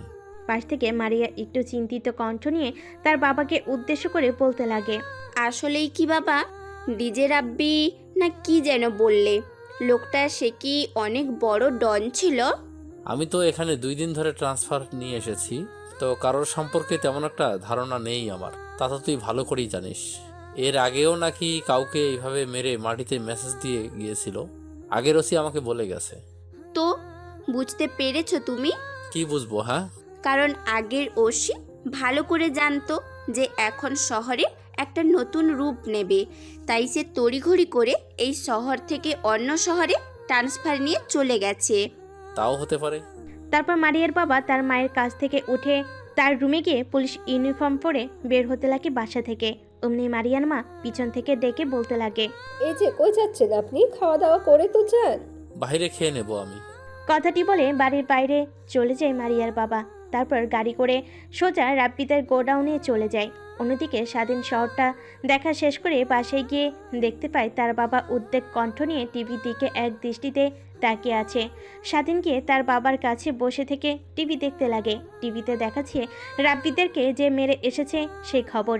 তারপর স্বাধীনের বাবা স্বাধীনকে উদ্দেশ্য করে বলতে লাগে, শহরে এই কোন গ্যাং এলো আবার গরিবদের পাশে দাঁড়াতে? দেখবি শহরের সব গ্যাংস্টাররা এখন কমে যাবে। পিছন থেকে স্বাধীনের মা স্বাধীনকে আর তার বাবাকে উদ্দেশ্য করে বলতে লাগে, টিভি বন্ধ করে এবার খেতে আসো। তারপর স্বাধীনের বাবা আর স্বাধীন খাবার টেবিলে গিয়ে খাওয়া দাওয়া শেষ করে নেয়। খাবার টেবিল থেকে স্বাধীন তার রুমে চলে যায়। অন্যদিকে স্বাধীনের বাবা তার চায়ের দোকানের উদ্দেশ্যে বেরিয়ে পড়ে। অন্যদিকে স্বাধীন রুমে গিয়ে ফ্রেশ হয়ে বেরিয়ে এসে নিজেকে একটু পরিপাটি করে কলেজের উদ্দেশ্যে বেরিয়ে পড়ে।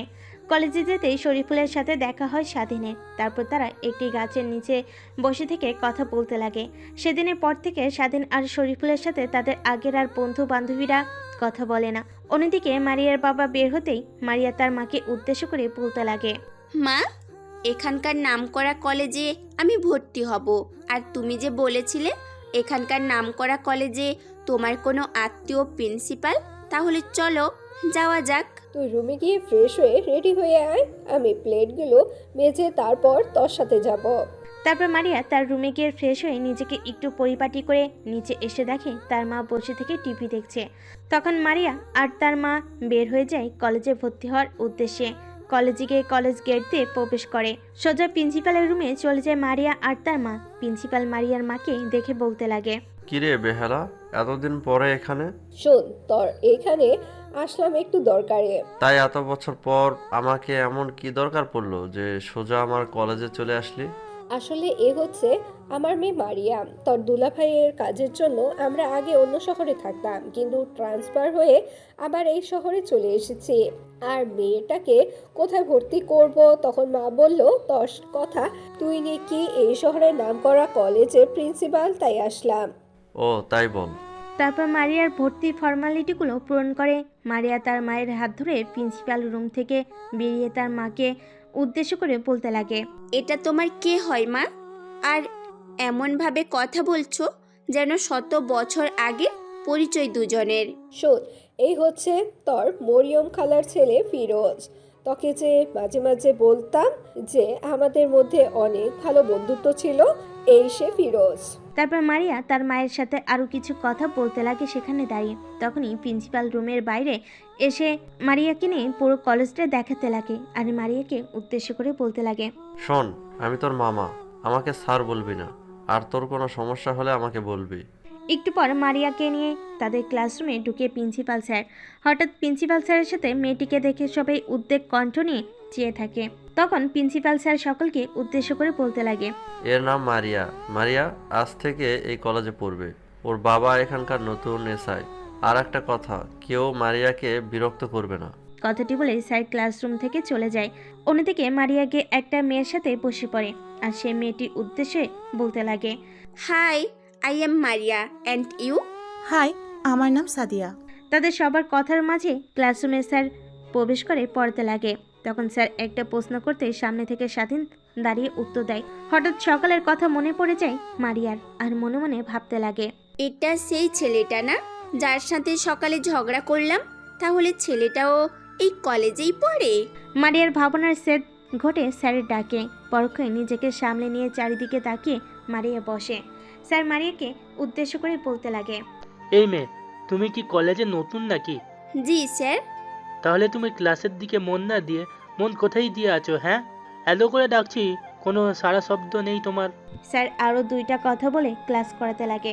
অন্যদিকে স্বাধীন মেয়েটিকে এখানে দেখে তো অবাক। তারপর এক এক করে ক্লাস শেষ করে স্বাধীন কলেজ থেকে বের হতে যাবে, তখন পিছন থেকে মারিয়া ডেকে বলতে লাগে, এই যে আপনাকে বলছি, সেই কখন থেকে ডাকছি, শুনতে পান না নাকি আপনি? হুম, আসলে সকালের জন্য আই এম সরি, আমি বুঝতে পারিনি। আর হ্যাঁ, আজকে থেকে তো আমরা ক্লাসমেট, তো তোমার নামটা একটু বলবে? আমার নাম স্বাধীন। আমার বাবা পেশায় একজন চাওয়ালা। কি চাওয়ালা?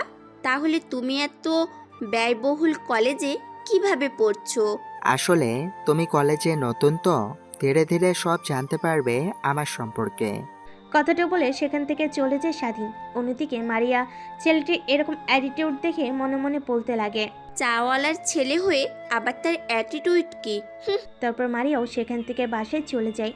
অন্যদিকে স্বাধীন বাসায় গিয়ে ফ্রেশ হয়ে খাবার খেয়ে ফুটপাতে চলে যায়। ফুটপাতে গিয়ে ছেলেগুলোকে নিয়ে শরীফুলের দেওয়া অ্যাড্রেস অনুযায়ী তার বাবার কোম্পানিতে চলে যায়। তারপর কোম্পানিতে গিয়ে কার্ড দেখাতেই স্বাধীনকে শরীফুলের বাবা ডেস্কে নিয়ে যায়। সেখানে থাকা পিয়ন স্বাধীন শরীফুলের বাবার ডেস্কে গিয়ে তার নাম বলতে শরীফুলের বাবা স্বাধীনকে উদ্দেশ্য করে বলতে লাগে, তোমাকে আর কিছু বলতে হবে না, শরীফুল তোমার সম্পর্কে আমার কাছে অনেক কিছুই বলেছে। আর কয়জন ছেলে এসেছে তোমার সাথে? আঙ্কেল, আমার সাথে 25 জন ছেলে এসেছে। আর ওদেরকে থাকা খাওয়া নিয়ে চিন্তা করতে হবে না, আমার কোম্পানি থেকে ওদেরকে খাওয়া দাওয়ার ব্যবস্থা করে দেবে। আর মাসে কিন্তু অল্প টাকা বেতন, 15,000 টাকা দেওয়া হবে। আঙ্কেল, এতেই ওদের হয়ে যাবে। ওদের শুধু থাকার আর খাওয়ার অসুবিধা, আর আপনি থাকা খাওয়া ফ্রি করে দিলেন, অনেক অনেক ধন্যবাদ। তারপর স্বাধীন রুম থেকে বেরিয়ে ছেলেগুলোকে উদ্দেশ্য করে শরীফুলের বাবার কথাগুলো বলে। ছেলেগুলোরা অনেক খুশি হয়েছে কথাটি শুনে। তারপর তাদেরকে সেখানেই রেখে স্বাধীন বাড়ির উদ্দেশ্যে বেরিয়ে পড়ে। বাড়ির উদ্দেশ্যে বের হওয়ার আগে ছেলেগুলোকে স্বাধীন বলে আসে, আজ থেকে আমরা ফুটপাতে দেখা করব না। আজ থেকে রাত 9টার দিকে তোমাদের এখান থেকে কিছুটা দূরে যে একটা ফাঁকা মাঠ আছে, সেইখানে দেখা করব। কথাটি বলে স্বাধীন বেরিয়ে পড়ে। বাসে গিয়ে দরজা কড়া নাড়তেই তার মা দরজা খুলে স্বাধীনকে উদ্দেশ্য করে বলতে লাগে, কই গেছিলি বাবা তুই? সেই কলেজ থেকে এসে বেরিয়েছিস আর এইমাত্র আসছিস? মায়ের এরকম কথা শুনে একটু চমকে যায়। মুহূর্তে নিজেকে সামলে নিয়ে স্বাধীন তার মাকে সকল কথা খুলে বলে। তার মা সব শুনে অনেকটা খুশি হয়, কারণ ছেলের এমন উর্বরতা দেখে। তারপর স্বাধীন তার রুমে গিয়ে ফ্রেশ হয়ে নিচে এসে খাবার খেয়ে তার রুমে গিয়ে পড়তে বসে। রাত্রি 9টা বাজলে স্বাধীন জানালাতে বের হয়ে সেই বড় মাঠে চলে যায়। গিয়ে দেখতে পায় সেখানে ছেলেগুলো আগে থেকেই উপস্থিত। তারপরে স্বাধীন ছেলেগুলোকে উদ্দেশ্য করে বলতে লাগে, আমরা যখন পরপর শহরের নামকরা 2টা গ্যাংকে শেষ করে দিয়েছি, তখন আমাদেরকে ভয় করে ছোট ছোট গ্যাং লিডাররা সরে গেছে এই রাস্তা থেকে। এখন শুধু বেঁচে আছে মাত্র 2টা লিডার। ওরাই সবটাকে ধ্বংস করে। ধীরে ধীরে আমরা ওই 2জনকে শেষ করে দেব, তারপর ওদের বাপকেও আমরা শেষ করে দেব। স্বাধীনের কথায় সবাই সম্মতি জানায়। তারপর তারা তাদের গোডাউন ঘরে গিয়ে যার যার পোশাক পরে নেয়। সকলে কালো পোশাক পরে নেয় এবং মুখে মাস্ক লাগিয়ে নেয়। পিস্তল হাতে নিয়ে বেরিয়ে পড়ে শহরের নামকরা মাফিয়া লিডার সালামের উদ্দেশ্যে। একটু পর স্বাধীনেরা সালামের গোপন স্থানে চলে যায়। সেখানে পৌঁছে দেখে যে সালাম আর সালামের লোকেরা ড্রাগস সাপ্লাই দেওয়ার জন্য প্রস্তুতি নিচ্ছে। হঠাৎ দরজা ভেঙে স্বাধীন আর স্বাধীনের লোকেরা প্রবেশ করে। হঠাৎ স্বাধীনকে আর স্বাধীনের ছেলেদেরকে দেখে সালাম বলে, কে রে তোরা এখানে কেন এসেছিস? পরিচয় দিলে ঠিকই চিনতে পারবি। আমরাই হচ্ছি এই শহরের নতুন মাফিয়া গ্যাং, যার উদ্দেশ্য এই শহর থেকে তোর মতো দেশের শত্রু, শহরের শত্রু মাফিয়াদেরকে শেষ করা। কথাটি বলে সালামের লোকেদের উপর গুলি বর্ষণ শুরু হয়। একটু পর স্বাধীন ইশারা দিয়ে সকলকে গুলি করতে নিষেধ করে। তারপর সালামের কাছে গিয়ে স্বাধীন বলতে লাগে, কিরে, এখনই ভয় পেয়ে গেলি? তোর কাছে জানি না কতজন মাথা নত করেছে, তারপরেও তাদেরকে শেষ করে দিয়েছিস। জানি না তাদেরকে কতটা শাস্তি দিয়ে মেরেছিস, কিন্তু আমি তোকে শাস্তি না দিয়ে মারবো না। কথাটি বলে স্বাধীন সালামের মাথার কাছে গুলি নিয়ে গিয়ে ঠাস ঠাস করে 3টা গুলি করে। মুহূর্তে লুটিয়ে পড়ে সালামের মৃতদেহ মাটিতে। তারপর স্বাধীন আর তার ছেলেরা সালাম আর তার লোকেদের গোডাউন ঘরের বাহিরে উঠোনে একত্রে করে দড়িতে বেঁধে রাখে সেখানে। আর অন্যদিকে স্বাধীন পুরো গোডাউন ঘরে আগুন লাগিয়ে দেয়। পুড়ে যেতে লাগে কোটি কোটি টাকার ড্রাগস। তারপর স্বাধীন মাটিতে একটা মেসেজ লিখে দিয়ে সেখান থেকে চলে যায়। এখন বর্ষার দিন আর তার ছেলেরা গোডাউন ঘরে গিয়ে পৌঁছায়। তারপর স্বাধীন পোশাক চেঞ্জ করে বন্দুকগুলো সামলে রেখে সেখান থেকে বাসে চলে যায়। স্বাধীন গিয়ে জানালা দিয়ে ঘরে প্রবেশ করে, জানালা লাগিয়ে দিয়ে ঘুমিয়ে পড়ে। পরের দিন সকালবেলা ঘুম ভাঙে আজানের শব্দে। তারপর ঘুম থেকে উঠে নামাজ পড়ে রাস্তা দিয়ে হাঁটতে লাগে সে। একটু পর দেখতে পায় মারিয়া আর তার বাবা রাস্তা দিয়ে জগিং করছে। স্বাধীনের পাশ দিয়ে মারিয়া যখন যায়, এক পলক তাকিয়েছিল মারিয়া স্বাধীনের দিকে। এদিকে মারিয়া তার বাবাকে উদ্দেশ্য করে বলতে লাগে, আচ্ছা বাবা, চাওয়ালার ছেলে কিভাবে একটা বড় কলেজে চান্স পায়? শোনো, কখনোই কাউকে ছোট করে দেখবে না, সে যত ছোটই হোক না কেন। নিশ্চয়ই ছেলেটির মাঝে এমন কোনো ট্যালেন্ট আছে যে বড় কলেজে চান্স পেয়েছে। অনেক সময় দেখিস না যে গরিব ঘরের ছেলেরা বড় বড় কলেজে পড়াশোনা করে। আচ্ছা বাবা, তুমি চাওয়ালাকে কোন নজরে দেখো? শোনমা, তুই আগে থেকে জানিস আমি বড় লোকদের পছন্দ করি না। একটা মানুষ সৎ পথে ইনকাম করে খায়, সেটা চা বিক্রি করে হোক কিংবা ভাত বিক্রি করে হোক। আর শোন, তুইও কখনো কাউকে ছোট নজরে দেখবি না, কারণ দিন শেষে আমরা সবাই মানুষ। তারপর মারিয়া আর মারিয়ার বাবা বাসায় চলে যায়। স্বাধীন তার শহরটা একটু ঘুরে দেখে বাসায় চলে যায়। বাসায় গিয়ে ফ্রেশ হয়ে নাস্তা করে নিজের রুমে গিয়ে একটু পরিপাটি হয়ে কলেজের উদ্দেশ্যে বেরিয়ে পড়ে। এদিকে মারিয়াও তার বাসায় গিয়ে ফ্রেশ হয়ে নাস্তা করে কলেজের উদ্দেশ্যে বেরিয়ে পড়ে। মারিয়া কলেজ যাওয়ার সময় হঠাৎ রাস্তা দিয়ে স্বাধীনকে হেঁটে যেতে দেখে স্বাধীনের কাছে গাড়ি দাঁড় করায়। স্বাধীনকে উদ্দেশ্য করে বলতে লাগে মারিয়া, তুমি কি প্রত্যেক দিন হেঁটে কলেজে যাও? হঠাৎ এমন কথা শুনে স্বাধীন পাশ ফিরে দেখে মারিয়া তাকে উদ্দেশ্য করে গাড়ির ভেতর থেকে কথাগুলো বলছে। তারপর স্বাধীন নিজেকে সামলে নিয়ে মারিয়াকে উদ্দেশ্য করে বলতে লাগে, হ্যাঁ, আমি প্রত্যেক দিন এভাবেই কলেজে যাই। এখান থেকে তো মাত্র 3 কিলোমিটার দূরে আমাদের কলেজ, তো আমার হেঁটে কলেজে যেতে কোনো সমস্যা হয় না। স্বাধীনের মুখ থেকে এমন কথা শুনে হকচকিয়ে যায় মারিয়া। নিজেকে সামলে নিয়ে মারিয়া স্বাধীনকে উদ্দেশ্য করে বলতে লাগে, আচ্ছা, আর কথা বলতে হবে না, গাড়িতে ওঠো। দরজা খুলে দিয়ে স্বাধীনকে উদ্দেশ্য করে বলে ওঠে কথাগুলো মারিয়া। না না, আমি হেঁটে যেতে পারবো। গাড়িতে উঠতে বলেছি, ওঠো। এত কথা বলো কেন তুমি? তারপর স্বাধীন আর কিছু না বলে গাড়িতে উঠে পড়ে। একটু পর গাড়ি কলেজে প্রবেশ করে। হঠাৎ স্বাধীনকে গাড়ি থেকে নামতে দেখে তার বন্ধুরা এক দৃষ্টিতে তাকিয়ে আছে। একটু পর দেখতে পায় যে গাড়িটা আর কারো না, মারিয়ার, কলেজের নতুন মেয়ে। কিরে, কি দেখলাম এটা? সারাদিন ওই মেয়েটা এক গাড়িতে করে আসলো না? হ্যাঁ, আমি তো তাই দেখলাম। শালার কপাল দেখছো মামা, নতুন মেয়েটা এসে প্রেমে পড়ে গেছে। স্বাধীনের দিকে তাকিয়ে আরও কথা বলতে লাগে স্বাধীনের পুরনো বন্ধুরা। একটু পর স্বাধীন আর মারিয়া তাদের ক্লাসরুমে চলে যায়। একটু পর সেখানে শরীফুল চলে আসে। তখন স্বাধীন আর মারিয়াকে একসাথে বসে কথা বলতে দেখে একটু জেলাস ফিল করে, কিন্তু পরক্ষণে সামনে নিয়ে স্বাধীনকে উদ্দেশ্য করে বলতে লাগে। স্বাধীনের হাত ধরে সেখান থেকে তুলে নিয়ে ক্লাসরুমের বাইরে গিয়ে স্বাধীনকে উদ্দেশ্য করে শরীফুল বলতে লাগে, মামা, তোদের মধ্যে কি চলছে? যেখানে তোর কাছ থেকে 100 গজ দূরে থাকে কলেজের প্রত্যেকটা মেয়ে, সেইখানে কেন মাত্র 2 দিনেই এই মেয়ে তোর সাথে এসে কথা বলছে? আবার দেখলাম এক গাড়িতে করে আসলে 2 জন। তারপর স্বাধীন শরীফুলকে সব কথা খুলে বলে কিভাবে মারিয়ার সাথে এক গাড়িতে করে আসলো। তারপর তারা দুজন ক্লাসরুমে গিয়ে বসে পড়ে। একটু পর স্যার চলে আসে। স্যার এসে ক্লাস করাতে লাগে। এভাবে কেটে যায় 7টা দিন। দেখতে দেখতে প্রায় 7 দিন কেটে যায়। এই 7 দিনে স্বাধীন বাতার ছেলেরা কোনো গ্যাংকে আক্রমণ করেনি, কারণ তারা দেখতে চেয়েছিল যে তারা যদি 7 দিন কোনো গ্যাংয়ের উপর আক্রমণ না করে তখন তারা কি করে। এই 7 দিনে আবার বেড়ে যায় গ্যাংয়ের সংখ্যা এবং সব ধরনের খারাপ কাজ। তারপর স্বাধীন তার ছেলেপেলেগুলো এক করে শহরের সব কয়টা গ্যাং শেষ করতে লাগে। অন্যদিকে বিশিষ্ট ব্যবসায়ী রফিক চৌধুরী তার ছেলেদেরকে উদ্দেশ্য করে বলতে লাগে, কে এই নতুন মাফিয়া, যেখানে শহর থেকে সকল মাফিয়া টনদের মেরে মেরে বিতর্ক করছে? স্যার, নতুন মাফিয়া গ্যাংস্টারের ভয়ে আমাদের যে ছেলেগুলো ছিল তারাও এই কাজ থেকে সরে যাচ্ছে। এভাবে চলতে থাকলে আমাদের পথে বসতে হবে একদিন। যত টাকা লাগে আমি দেব, যেভাবে পারিস বের কর নতুন মাফিয়া ডনকে। অন্যদিকে ক্লাসরুমে বসেছিল স্বাধীন। তখন তার কাছে এসে মারিয়া তার হাত ধরে টানতে টানতে একটা নিরিবিলি স্থানে নিয়ে যায়। তারপর স্বাধীন মারিয়াকে উদ্দেশ্য করে বলতে লাগে, কি হলো, তুমি এখানে আনলে কেন? আসলে তোমাকে একটা কথা বলার ছিল, তার জন্য এখানে ডেকে এনেছি। কি এমন কথা বলবে যে ক্লাসরুম থেকে এইখানে নিয়ে আসলে? কিভাবে যে বলবো তোমাকে। এত ভঙ্গিমা না করে কি হয়েছে বলো। আসলে স্বাধীন, আমি তোমাকে প্রথম দেখাতে ভালোবেসে ফেলেছি। এরপর জানি না কিভাবে তোমার সাথে দেখা, কিভাবে তোমার সাথে পরিচয়, তা আমি জানতেও চাই না। তুমি কি থাকবে আমার জীবনে একটা নতুন অধ্যায় হয়ে, বাকিটা পথ চলার এক নতুন মানুষ হয়ে? মারিয়ার মুখ থেকে এরকম কথা শুনে মুহূর্তেই অবাক হয়ে যায় স্বাধীন। মারিয়ার এমন প্রশ্নে কি বলবে কোনো উত্তর খুঁজে না পেয়ে মারিয়াকে উদ্দেশ্য করে স্বাধীন বলতে লাগে, দেখ, তোর আর আমার সম্পর্ক রাতের দিনের তফাৎ। যেখানে তোর বাবা একজন পুলিশের এসআই আর আমার বাবা সামান্য চাওয়ালা। বাবা ইনকাম করে, দিন এনে দিন খেতে হয়, কিছুদিন না খেয়ে ঘুমাতেও হয় রাতে। তুই কখনোই আমার সাথে সুখে থাকতে পারবি না। এর থেকে বেটার হয় আমরা বন্ধু হিসেবে থাকি। স্বাধীনের মুখ থেকে এমন কথা শুনে মারিয়া অবাক হয়ে যায়।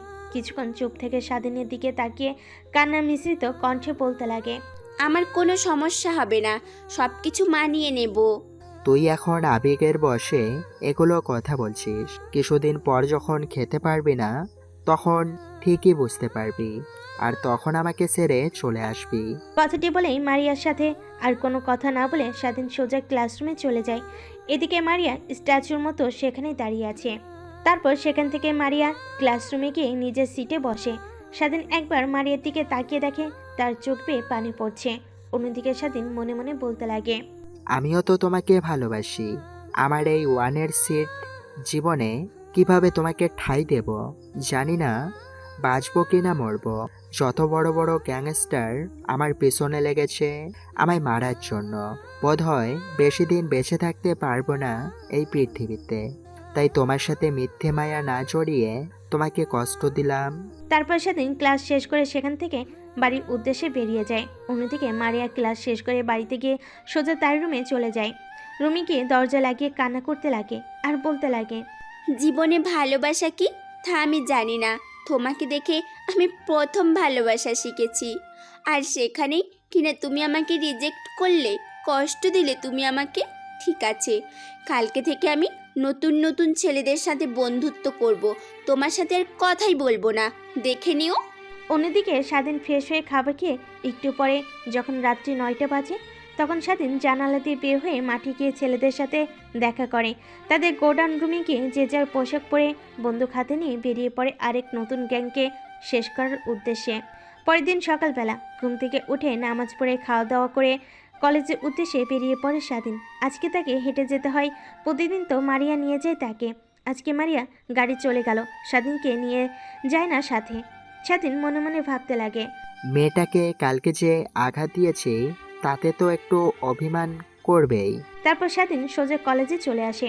কলেজে এসে দেখে মারিয়া স্বাধীনের পুরনো বন্ধুদের কাছে বসে আড্ডা দিচ্ছে। স্বাধীন এক পলক ওইদিকে তাকিয়ে ক্লাসরুমের উদ্দেশ্যে রওনা হয়। ক্লাসরুমে গিয়ে শরীফুলের কাছে বসে পড়ে স্বাধীন। একটু পর মারিয়া ও তার বন্ধুরা চলে আসে। স্বাধীনের দিকে একবার ফিরেও তাকায় না মারিয়া, এতে অনেকটাই রাগ হয় স্বাধীনে। একটু পর স্যার এসে ক্লাস করাতে লাগে। অন্যদিকে প্রতিদিনের ন্যায় স্বাধীনের নজর ক্লাসের দিকে নেই, আজকে শুধু এক দৃষ্টিতে তাকিয়ে আছে মারিয়ার দিকে। স্বাধীনকে এভাবে তাকিয়ে থাকতে দেখে স্যার স্বাধীনের উদ্দেশ্যে বলতে লাগে, কি হয়েছে তোমার স্বাধীন? এরকম আনমনা হয়ে ক্লাস করছো কেন? ক্লাসের দিকে মন নেই? স্যারের এরকম ধমক শুনে স্বাধীনের ঘোর কাটে এবং সে ক্লাসের দিকে মনোযোগ দেয়। পরে কলেজ শেষ করে মারিয়া তার গাড়ি নিয়ে রওনা হয়। অমনি স্বাধীন এসে পিছন থেকে মারিয়ার হাত চেপে ধরে। পিছনে ঘুরে মারিয়া দেখে স্বাধীনকে। স্বাধীনের হাত থেকে হাতটা জোর করে ছাড়িয়ে নিয়ে আবারও হাঁটতে লাগে গাড়ির উদ্দেশ্যে। স্বাধীন পেছন থেকে আবারও হাত চেপে ধরে, আবার হাত ছাড়াতে যাবে তখন স্বাধীন মারিয়াকে উদ্দেশ্য করে বলতে লাগে, তোমার সাথে কিছু কথা বলতে চাই, প্লিজ একটু এদিকে আসবে? বলবে তো এখানেই বলো, আমার বাসায় যেতে হবে তাড়াতাড়ি। প্লিজ একটু এদিকে আসো, বেশি সময় নেব না, তোমাকে কিছু গুরুত্বপূর্ণ কথা বলবো। স্বাধীন মারিয়ার দেওয়া অবহেলা সহ্য করতে পারছে না, তাই চিন্তা করছে মারিয়াকে সব কথা খুলে বলবে স্বাধীন। তারপর মারিয়ার হাত ধরে একটা গাছের নিচে বসে পড়ে স্বাধীন। মারিয়াকে উদ্দেশ্য করে বলতে লাগে, আমি তোমাকে রিজেক্ট করেছি কেন জানো? না। আমার জীবনের কোনো নিরাপত্তা নেই, কখনো আমাকে মেরে ফেলবে আমি নিজেও জানি না। স্বাধীনের মুখ থেকে এরকম কথা শুনে মুহূর্তে চমকে ওঠে মারিয়া। পরক্ষণে নিজেকে সামলে নিয়ে মারিয়া স্বাধীনকে উদ্দেশ্য করে বলতে লাগে, কি বলছো এগুলো তুমি? তোমার জীবনে রিস্ক মানে? আর এই কথা কেউ জানতে পারবে না।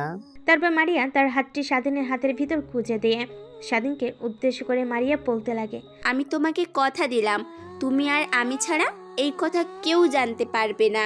তুমি কি নতুন মাফিয়া ডনের কথা শুনেছ? হ্যাঁ, শুনেছি তো, যে কিনা এই শহরটাকে সন্ত্রাসমুক্ত করতে চায়। এর জন্যই এক এক করে শহরে থাকা সকল মাফিয়াদেরকে মেরে ফেলছে সে। সেই নতুন মাফিয়া ডন কেউ না, জানো সে কে? সে হলো আমি। স্বাধীনের মুখ থেকে এরকম কথা শুনে মুহূর্তে চমকে যায় মারিয়া। পরক্ষণে নিজেকে সামলে নিয়ে স্বাধীনকে উদ্দেশ্য করে বলতে লাগে, তুমি যে বললে কথাগুলো সবগুলো সত্যি? হ্যাঁ, আমি সেই নতুন মাফিয়া ডন, এটাই সত্যি। তারপর স্বাধীন মাটির দিকে তাকিয়ে থেকে শুরু থেকে শেষ পর্যন্ত বলতে লাগে কিভাবে সে এই মাফিয়ার ডন হয়ে উঠল। তারপর স্বাধীন মাটি থেকে চোখ ঘুরিয়ে মারিয়ার দিকে তাকাতে দেখে মারিয়ার চোখ বেয়ে পানি পড়ছে। তারপর মারিয়ার সাথে আরও কিছু কথা বলে স্বাধীন সেখান থেকে উঠতে যাবে, অমনি পিছন থেকে জড়িয়ে ধরে মারিয়া। তারপর স্বাধীনকে উদ্দেশ্য করে মারিয়া বলতে লাগে, তুমি ডন হও কিংবা মাফিয়া হও, সেটা আমার দেখার বিষয় নয়। আমি তোমাকে ভালোবাসি, এটাই প্রথম এবং এটাই শেষ। তারপর মারিয়া স্বাধীনকে আর কিছু না বলে গাড়ি নিয়ে চলে যায়। অন্য দিনের মতো স্বাধীন কলেজ থেকে বাসে গিয়ে দরজায় কড়া দিতেই তার মা এসে দরজা খুলে দেয়। তারপর স্বাধীনের মা স্বাধীনকে উদ্দেশ্য করে বলতে লাগে, তোর বাবা তোকে কলেজ থেকে এসে দোকানে যেতে বলেছে। কেন মা? তোর বাবার শরীরটা দিন দিন অবনতি হচ্ছে। কতবার করে বললাম যে হাসপাতালে যাও, কিন্তু সে যাচ্ছে না, শুধুই বলে যাচ্ছে টাকা নেই। আচ্ছা মা, অনেক ক্ষুধা লাগছে, তুমি খাবার দাও, আমি ফ্রেশ হয়ে আসছি। তারপর স্বাধীন তার রুমে গিয়ে ফ্রেশ হয়ে পোশাক পরিবর্তন করে খাবার খেয়ে তার বাবার দোকানের উদ্দেশ্যে বেরিয়ে পড়ে। দোকানে গিয়ে তার বাবাকে উদ্দেশ্য করে স্বাধীন বলতে লাগে, বাবা, তুমি আসতে বলেছিলে? হ্যাঁ বাবা, শরীরটা তেমন ভালো না, তাই তোর মাকে বলে আসছিলাম তুই কলেজ থেকে ফিরলে দোকানে পাঠিয়ে দেওয়ার জন্য। আচ্ছা বাবা, আমি চলে এসেছি, তুমি তাহলে বাসায় যাও। তারপর স্বাধীনের বাবা দোকান স্বাধীনকে বুঝিয়ে দিয়ে বাসায় চলে যায়। অন্যদিকে মারিয়া তার রুমে গিয়ে ফ্রেশ হয়ে তার মায়ের সাথে গল্প করতে লাগে। তখনই দরজায় কে যেন কলিং বেল দেয়। দৌড়ে গিয়ে মারিয়া দরজা খুলে দেখে তার বাবার সামনে দাঁড়ানো। অন্যদিকে স্বাধীন রাত্রে দোকান বন্ধ করে স্বাধীন বেরিয়ে পড়ে বাসার উদ্দেশ্যে। তারপর স্বাধীন বাসায় গিয়ে দরজায় কড়া নাড়তে তার মা এসে দরজা খুলে। তারপর স্বাধীন দোকানদারি করে যে টাকা পেয়েছে সেই টাকা তার মায়ের হাতে গুঁজে দিয়ে তারপর সে রুমে চলে যায়। রুমে গিয়ে স্বাধীন ফ্রেশ হয়ে নিচে এসে খাওয়া দাওয়া করে একটু পড়তে বসে।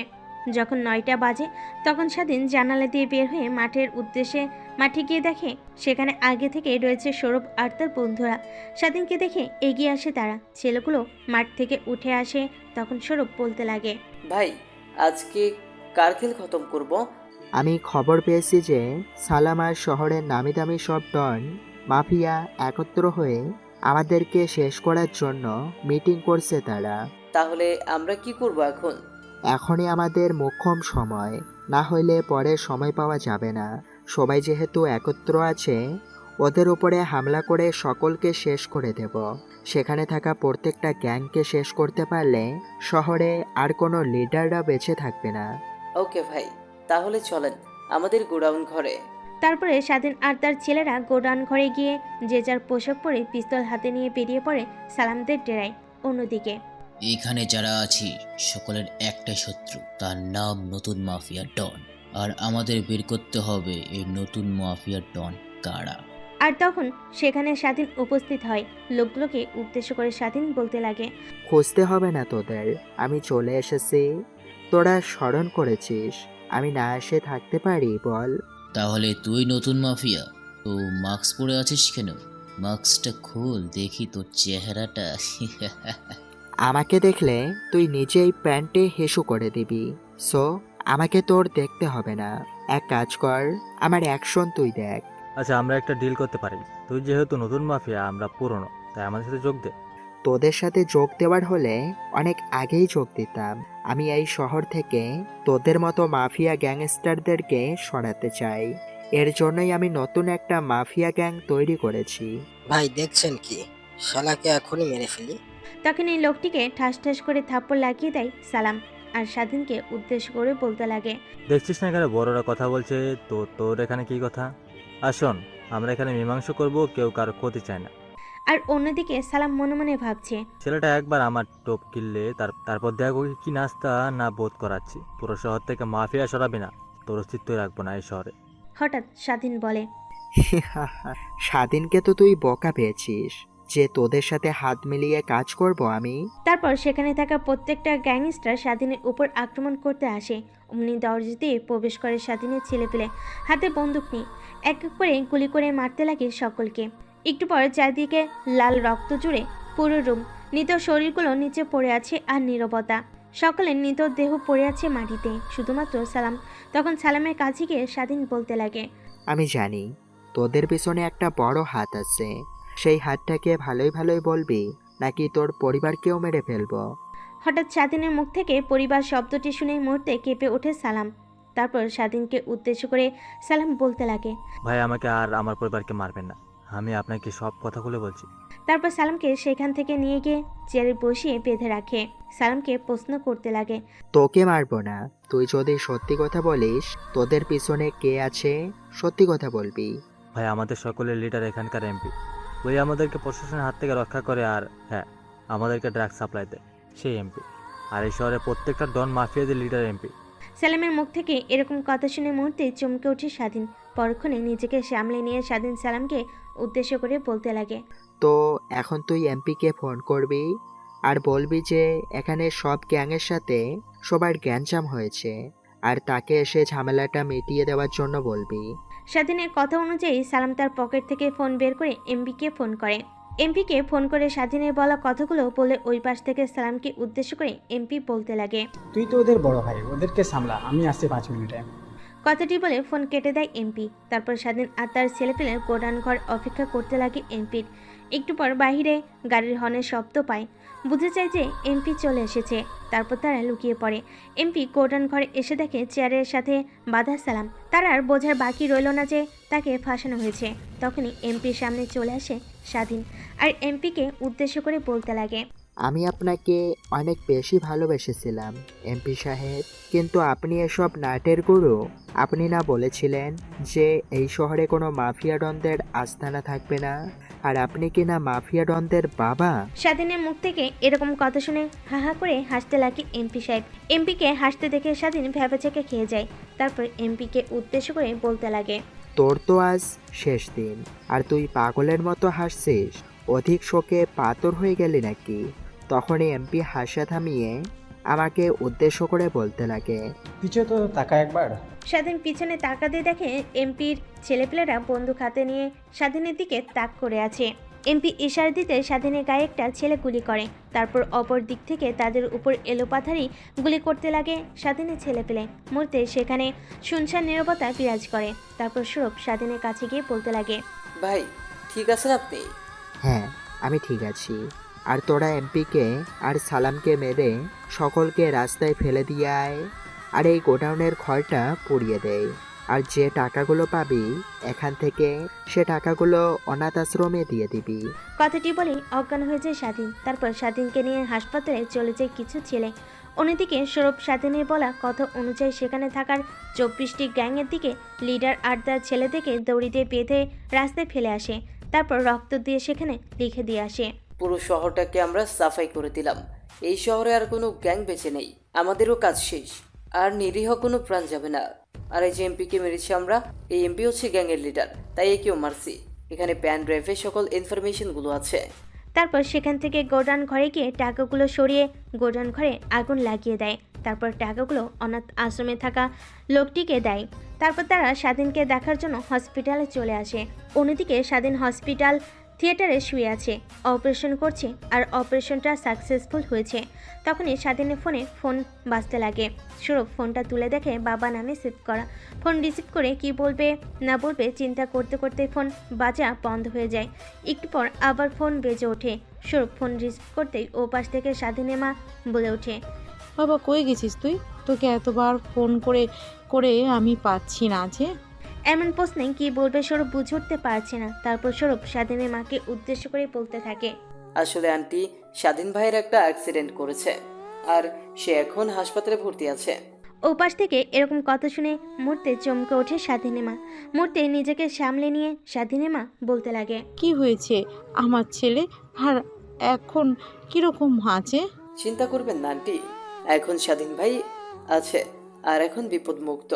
তারপর সৌরভ স্বাধীনের মাকে হসপিটালের লোকেশন দিয়ে দেয়। একটু পর সেখানে স্বাধীনের মা বাবা চলে আসে। অন্যদিকে মারিয়া কলেজে গিয়ে স্বাধীনকে খুঁজে না পেয়ে তার নাম্বারে ফোন করে। ছেলে পাশ থেকে ফোন রিসিভ করে স্বাধীনের মা। ফোন রিসিভ করে স্বাধীনের মা বলতে লাগে, হ্যালো। মেলি কণ্ঠ শুনে মারিয়ার বোঝার বাকি রইল না যে ফোনটা রিসিভ করেছে স্বাধীনের মা। কি বলবে বুঝতে না পেয়ে স্বাধীনের মাকে উদ্দেশ্য করে মারিয়া বলতে লাগে, আসসালামু আলাইকুম আন্টি, আমি স্বাধীনের বান্ধবী বলছি। ও তো প্রত্যেক দিন কলেজে আসে, আজ তো আসেনি, তাই ফোন করেছি। আসলে মা, স্বাধীন একটা গাড়ি অ্যাক্সিডেন্ট করেছে, তাই হাসপাতালে। হঠাৎ এরকম কথা শুনে মুহূর্তে চমকে যায় মারিয়া। তারপর স্বাধীনের মাকে উদ্দেশ্য করে বলতে লাগে, এখন কীরকম আছে আন্টি স্বাধীন? আর প্লিজ একটু হাসপাতালের লোকেশনটা বলবেন আমাকে। তারপর স্বাধীনের মা মারিয়াকে হাসপাতালের লোকেশনটা বলে দেয়। কিছুক্ষণ পর মারিয়া এসে দেখতে পায় স্বাধীন অজ্ঞান অবস্থায় বেডে শুয়ে আছে। এরকম অবস্থা দেখে নিজের চোখের পানি সামলাতে না পেরে সেখানেই কেঁদে দেয় আর স্বাধীনের হাত ধরে বলতে লাগে, কি হয়েছে তোমার? প্লিজ কথা বলো না স্বাধীন, আর অভিমান করে থাকবো না তোমার সাথে। প্লিজ কথা বলো না স্বাধীন, বলো। কিছু প্রয়োজনে স্বাধীনের মা কেবিনের বাইরে চলে গেছিল। একটা মেয়েকে স্বাধীনের হাত ধরে কেবিনের মধ্যে এরকম করতে দেখে মুহূর্তেই অবাক হয়ে যায় স্বাধীনের মা। মুহূর্তে নিজেকে সামলে নিয়ে স্বাধীনের মা মেয়েটিকে উদ্দেশ্য করে বলতে লাগে, কে তুমি মা? আর আমার ছেলের হাত ধরে কান্না করছো কেন? হঠাৎ মেয়েলি কণ্ঠ শুনে মারিয়া পিছন ফিরে দেখে একটা মধ্যবয়স্ক মহিলা দাঁড়িয়ে আছে। মারিয়ার আর বোঝার বাকি রইল না যে এটা স্বাধীনের মা। আর মারিয়া স্বাধীনের মাকে তার আর স্বাধীনের সম্পর্কের কথা বলে দেয়। একটু পর মিটমিট করে স্বাধীন তাকায়। স্বাধীন তাকিয়ে মারিয়া আর তার মাকে সামনে দেখে তাদেরকে উদ্দেশ্য করে বলতে লাগে, আমি কোথায়? তুমি এখন হাসপাতালে। একটা গাড়ি অ্যাক্সিডেন্ট করেছিলে, তারপর তোমাকে হাসপাতালে ভর্তি করা হয়েছে। এভাবে কেটে যায় হাসপাতালে 15 দিন। এই 15 দিন মারিয়া স্বাধীনের কাছ থেকে একটু সয়নি। মারিয়ার বাবা মাও এসে স্বাধীনকে দেখে গেছে। মেয়ের এরকম কীর্তি দেখে মারিয়ার মা বাবার বোঝার বাকি রইল না যে মারিয়া স্বাধীনকে ভালোবাসে। মা বাবা বুঝে গেছে যে মারিয়া স্বাধীনকে ভালোবাসে। ইভেন ওরা দুজনকে ভালোবাসে। তারপর স্বাধীনের মা বাবা আর মারিয়ার মা বাবা কেবিন থেকে বাইরে বেরিয়ে তাদের ব্যক্তিগত পরিচয় পর্ব শেষ করে তাদের বিয়ের বিষয়ে কথা বলে নেয়। তখনই মারিয়ার বাবা বলতে লাগে, স্বাধীন একটু সুস্থ হোক, তারপরে ওদের বিয়ের কথা আগাবো। আর হ্যাঁ, স্বাধীনকে একটা পুলিশের জব দিয়ে দেবো, এতেও বেকারত্ব থাকবে না ওর।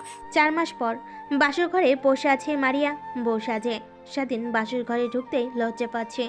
লজ্জা ঠেলে সরিয়ে বাসর ঘরে ঢুকে পড়ে সে। তারপর মারিয়া খাট থেকে উঠে স্বাধীনের পায়ে হাত দিয়ে সালাম করতে লাগে। তখন স্বাধীন মারিয়ার হাত ধরে তুলে বুকের সাথে জড়িয়ে ধরে বলতে লাগে, কি করছো পাগলি? পায়ে কখনো সালাম করবে না, তোমার স্থান তো আমার বুকে। তারপর মারিয়া স্বাধীনকে উদ্দেশ্য করে বলতে লাগে, এখন কিন্তু কোনো দুষ্টুমি না, আগে 2 রাকাত নামাজ পড়ে নেব, তারপরে সকল দুষ্টুমি। তারপর তারা দুজন নামাজ পড়ে নেয়। নামাজ পড়া শেষ হতেই মারিয়া গিয়ে খাটে বসে পড়ে। অমনি স্বাধীনকে মারিয়ার পাশে বসে পড়ে।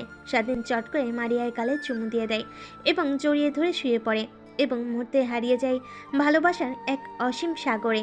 এখানে গল্পটা সমাপ্ত করলাম।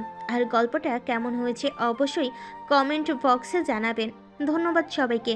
ভালো থাকবেন, সুস্থ থাকবেন। ততক্ষণে আবার একটি নতুন মাফিয়া গল্প নিয়ে আসবো।